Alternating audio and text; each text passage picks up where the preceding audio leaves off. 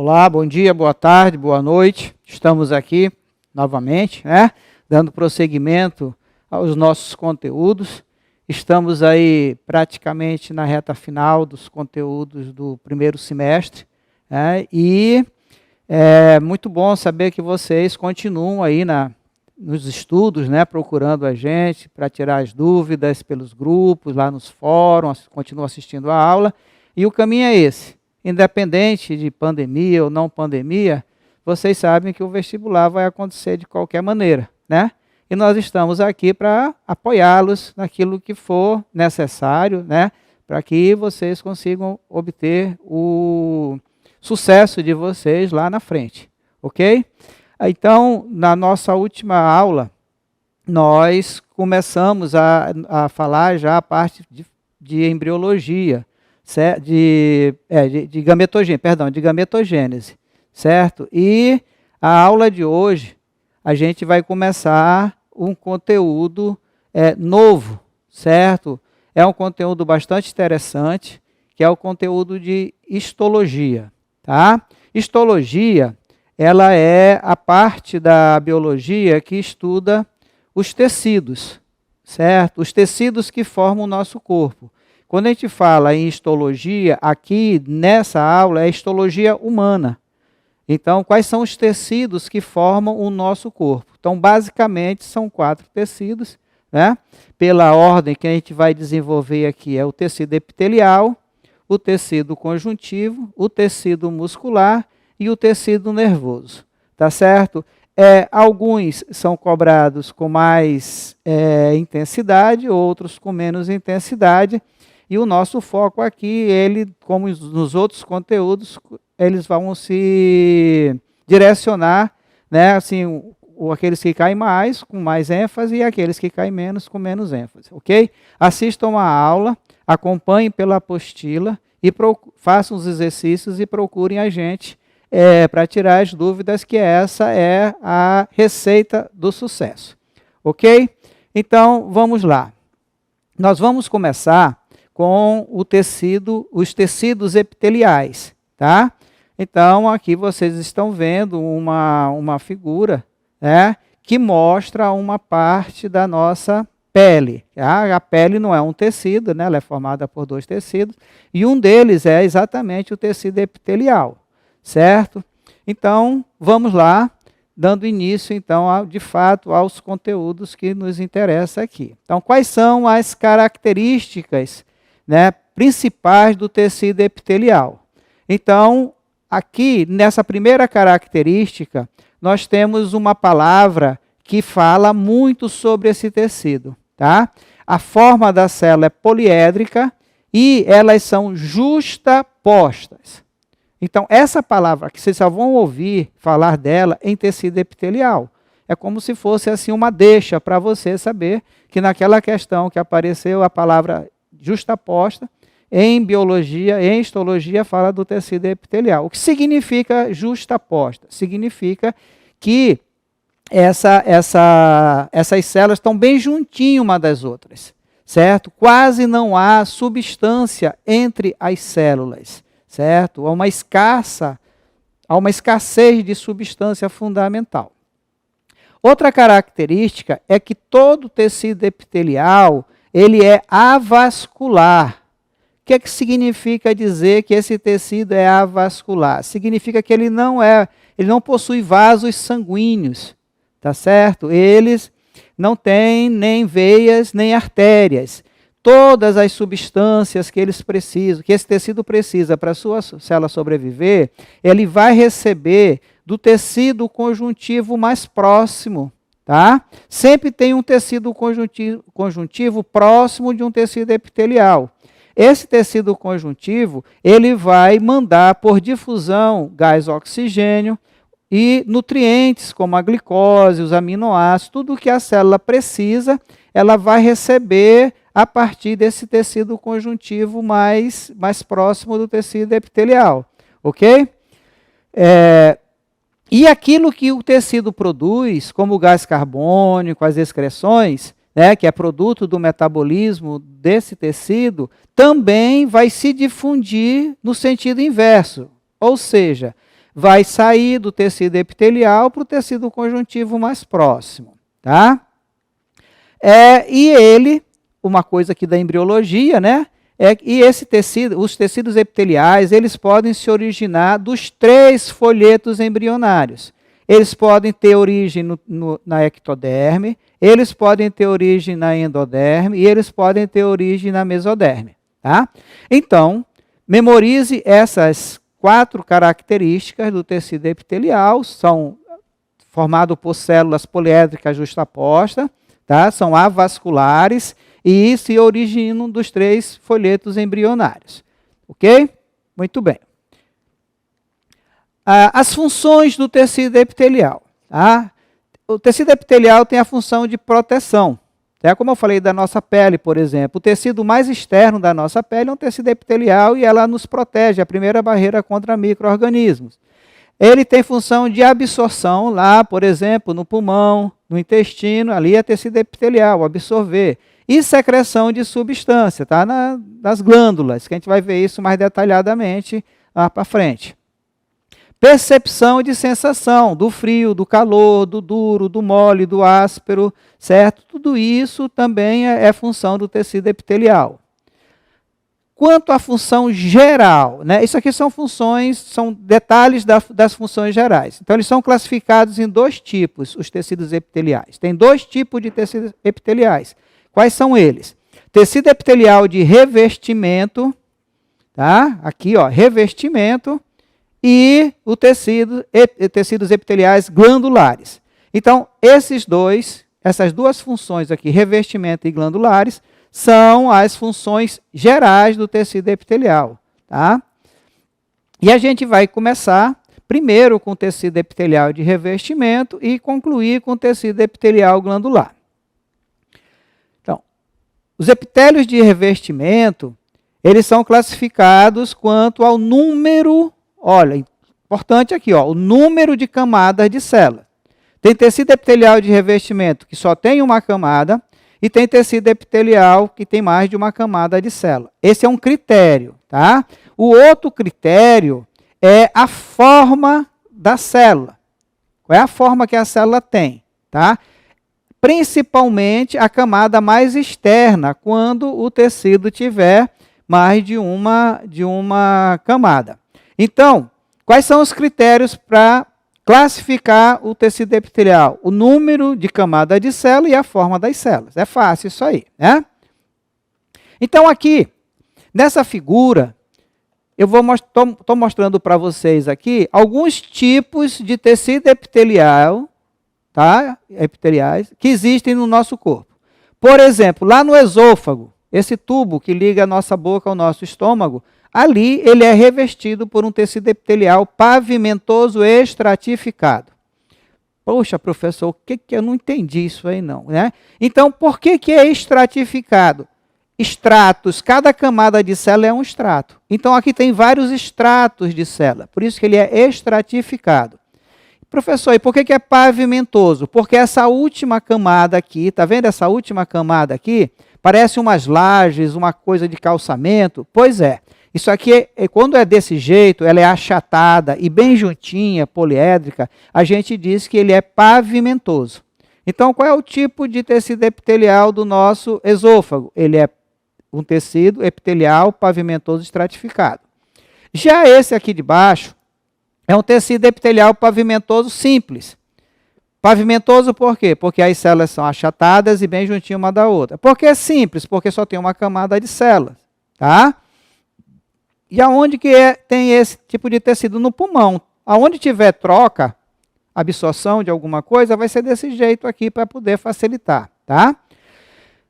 Do estômago, como é o epitélio do nosso estômago? Ele é um epitélio prismático em relação à forma e simples, porque só tem uma camada de célula. Tem a forma de um prisma e só tem uma camada de célula.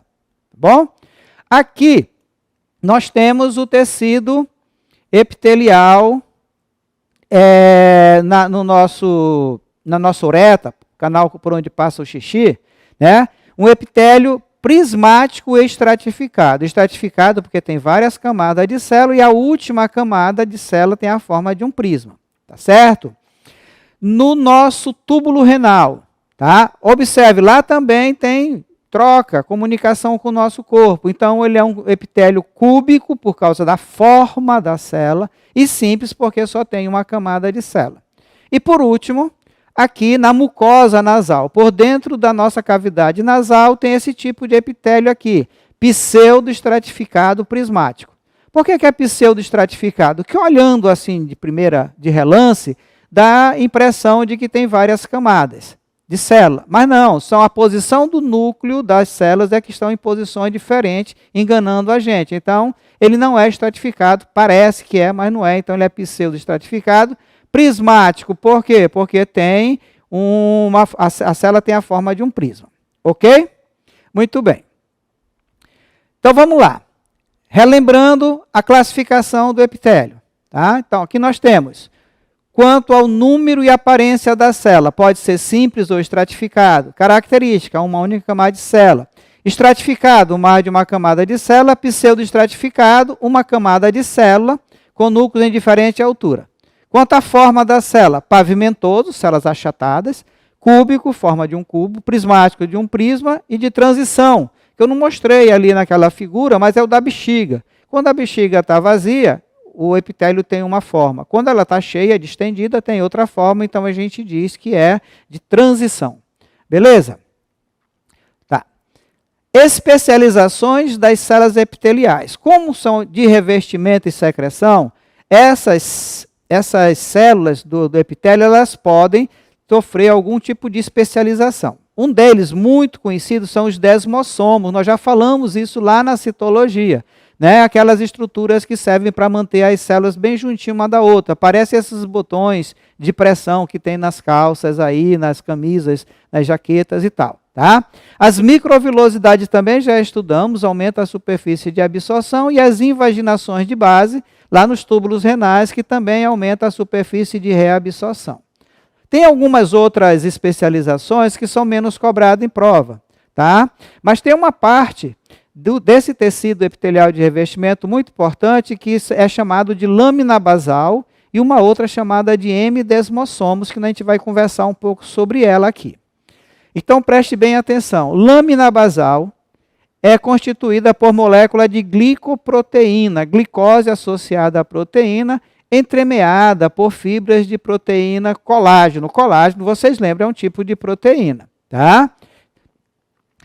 As bases das células epiteliais, né, mais interna, fica firmemente aderida à lâmina basal por meio do hemidesmossomos. Como eu disse para vocês, sempre vai ter um tecido conjuntivo próximo do tecido epitelial. Entre o tecido conjuntivo e o tecido epitelial é que fica essa lâmina basal.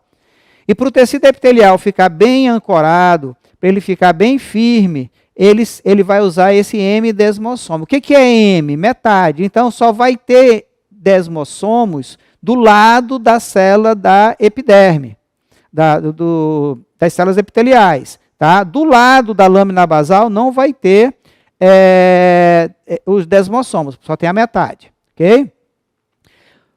Nos hemidesmossomos, nós vamos encontrar filamentos de proteínas, tá certo?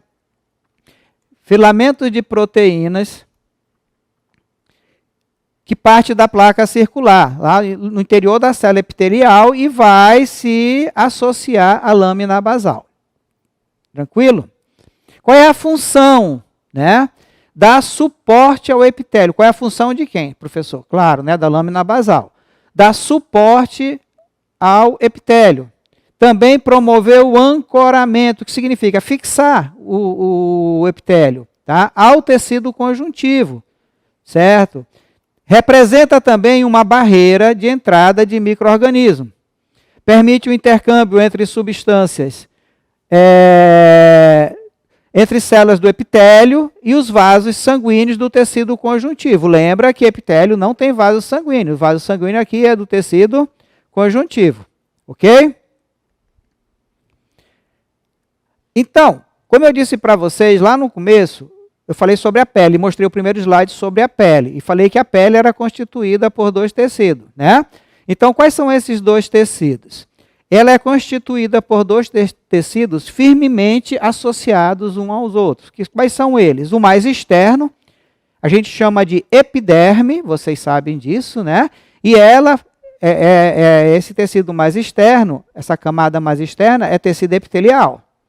E o mais interno, a gente chama de derme, é um tecido conjuntivo. Então, a pele é um órgão. Por que a pele é um órgão? Porque ela é formada por dois tecidos. Quais são os dois tecidos? Um epitelial, que a gente chama de epiderme, e um conjuntivo, que a gente chama de derme. Qual é a função da nossa pele? Proteger o nosso corpo contra agentes físicos, químicos e biológicos. É a primeira barreira que o nosso corpo tem contra esses agentes. Tá? Regular a temperatura do nosso corpo. Então, a pele tem uma função muito importante na manutenção da temperatura do nosso corpo. Tem função sensorial, certo? Tudo que a gente sente em contato com o meio é graças à nossa pele, ok? Agora, falando da epiderme propriamente dita. Então, a epiderme é uma palavra composta, vem do grego, ep, sobre, e dermato, que significa pele, tá? Então, é um tecido epitelial constituído por diversas camadas de células sobrepostas e bem aderidas umas às outras. Então, se são várias camadas de célula, nossa epiderme, ela é sempre estratificada, pavimentosa, avascular, certo? Então, essas são as características da nossa epiderme. A camada mais interna, aquela que está quase lá em contato com o tecido. Entre a epiderme e a derme vai ter a lâmina basal, tá? Ou camada germinativa, tá? E é formada por células que se dividem continuamente. A nossa epiderme está em constante mitose. Como ela não tem vasos sanguíneos, a camada de célula mais superior vai morrendo. E outras camadas ela vai sendo reposta continuamente graças à mitose. Então, aqui nós temos um corte mostrando as partes da nossa epiderme, só essa partezinha aqui de cima, tá? Só essa parte aqui, ó, só essa partezinha aqui é a epiderme, aqui é a derme, tá? Essa parte aqui é a derme, aqui é a gordura, já não faz mais parte da pele, tá certo? Essa camada mais externinha aqui é uma camada de queratina, nossa epiderme é queratinizada, tá?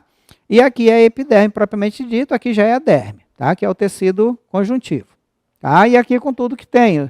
Então, nós temos aqui a camada de queratina, tá? As glândulas sebáceas aqui, ó, tá? Pelo, anexo da nossa pele, abertura dos poros, transpiração, tá? Ducto piloso, músculo eretor do pelo, quando você tem arrepio, certo? Glândulas sudoríparas, terminações nervosas, vasos sanguíneos. Observe que vaso sanguíneo aqui não é lá não tem, né? Eu já falei isso para vocês. Glândula sudorípara, então várias estruturas presentes na nossa pele aí.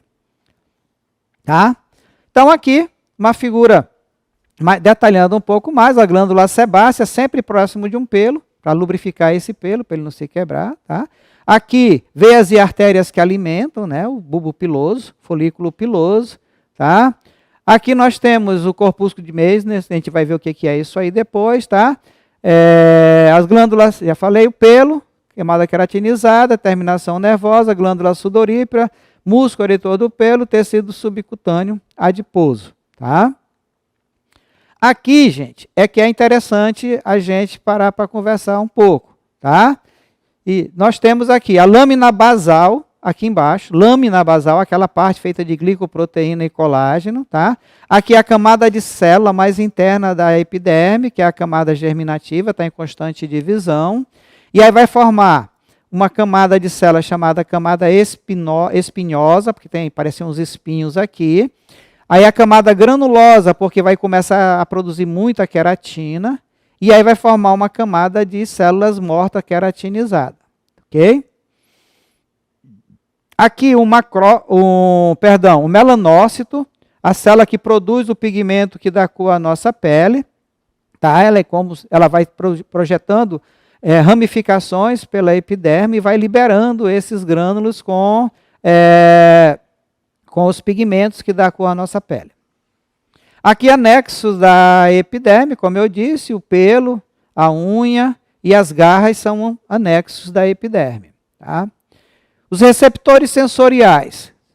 Os principais são corpúsculo de Pacini, captam estímulos táteis e vibrações. Disco de Merkel ou Merkel captam estímulo de pressão e tração. Corpúsculo de Meissner, que apareceu ainda agora ali, captam estímulos táteis. Bulbos terminais de Krause percebem o frio. Tá? Terminações nervosas livres captam estímulos mecânicos. Tá? Essa é importante, de vez em quando aparece em prova. Estímulos térmicos, quente, frio e dolorosos.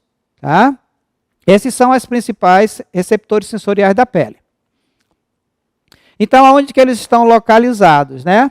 Aqui nós temos o corpúsculo de Ruffini, para o tato. Corpúsculo de Pacini, pressão e vibração. Corpúsculo de Meissner, tato, pressão e vibração. E as terminações nervosas livres estão bem aqui, ó. Cócega, purido, calor, frio, dor, tá? Os discos de Merkel, a pressão do tato, bulbo terminal de Krause, o frio, esses aqui, tá? E plexo da raiz pilosa, o tato. Então, essa é a representação de alguns receptores da nossa pele.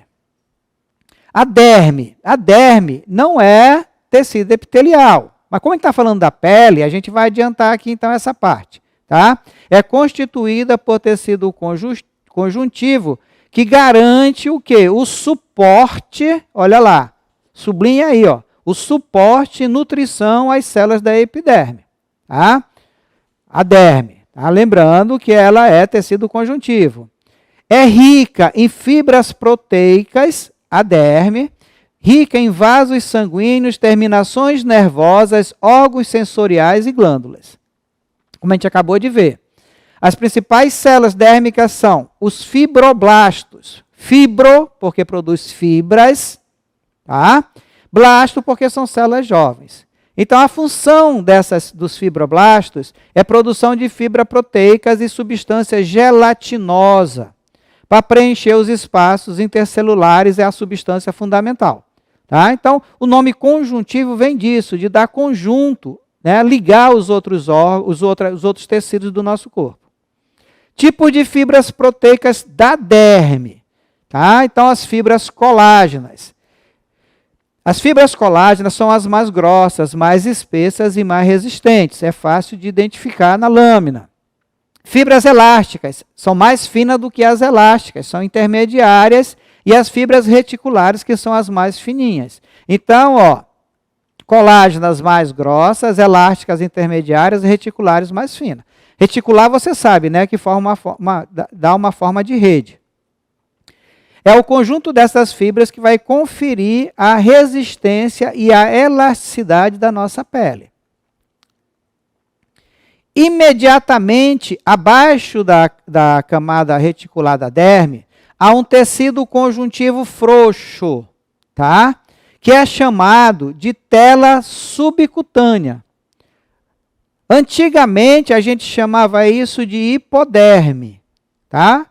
Nós não estamos recomendando mais o uso da palavra hipoderme. Por quê? Porque as pessoas acabavam confundindo. Tinha a epiderme, a derme e a hipoderme. E as pessoas achavam que, então, essa camada de tecido adiposo, tecido conjuntivo frouxo, também fazia parte da pele. Não faz. A pele só são dois tecidos, a epiderme e a derme. Tá? Ela é rica em células que armazenam gordura. Então, é um tecido adiposo. Tá? A gente chama de tela subcutânea. Para que serve essa tela subcutânea? Ela constitui reserva de energia. Qual é a função do lipídio? Reserva de energia. Tá? Ela vai armazenar nesse tecido, que também vocês sabem que o lipídio é apolar, então funciona também como isolante térmico para o nosso corpo.